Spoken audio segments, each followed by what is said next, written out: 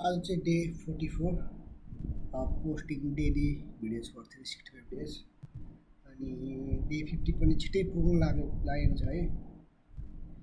Day 50 पुग्नु भनेको नि डे 50सम्म डेली भिडियो हाल्नु भनेको नि मेरो एउटा माइलस्टोन हासिल गर्नु जस्तो हो, किन एउटा ठुलै जस्तो गर्नु जस्तो हो, किनकि डेली भिडियो पोस्ट गर्नु is not a easy thing हो। किन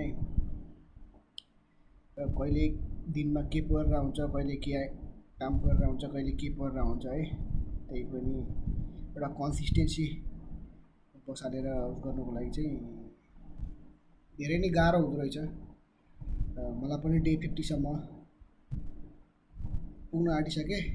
धेरै च्यालेन्जेसहरू आयो, धेरै उचारो आयो कि नै म यत्तिकै फ्री भएको भए कि नै सजिलो हुन्थ्यो होला, केही प्लस पनि हुन्थ्यो होला। तर यता ड्युटी पनि गर्नु छ, यता कलेज पनि पढ्नु छ कि नै कलेजको नोट्सहरू पनि बनाउनु छ, एसाइनमेन्ट पनि गर्नु छ, सँगसँगै डेली भिडियो पनि हाल्नु छ। त्यही माथि डे 50 पुग्न आँटिसक्यो है।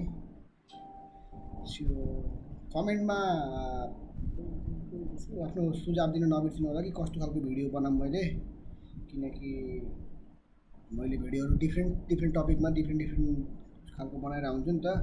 म चाहिँ एउटै खालको कन्टेन्टहरू बनाउन खोजिरहेको छु। सो कस्तो खालको कन्टेन्ट बनाऊँ कमेन्टमा भन्न नबिर्सिनु होला। अनि आजको लागि यति नै। अनि don't forget to follow for more such exciting content, अनि कमेन्ट चाहिँ गर्न नबिर्सिनु होला। हस्, थ्याङ्क यू।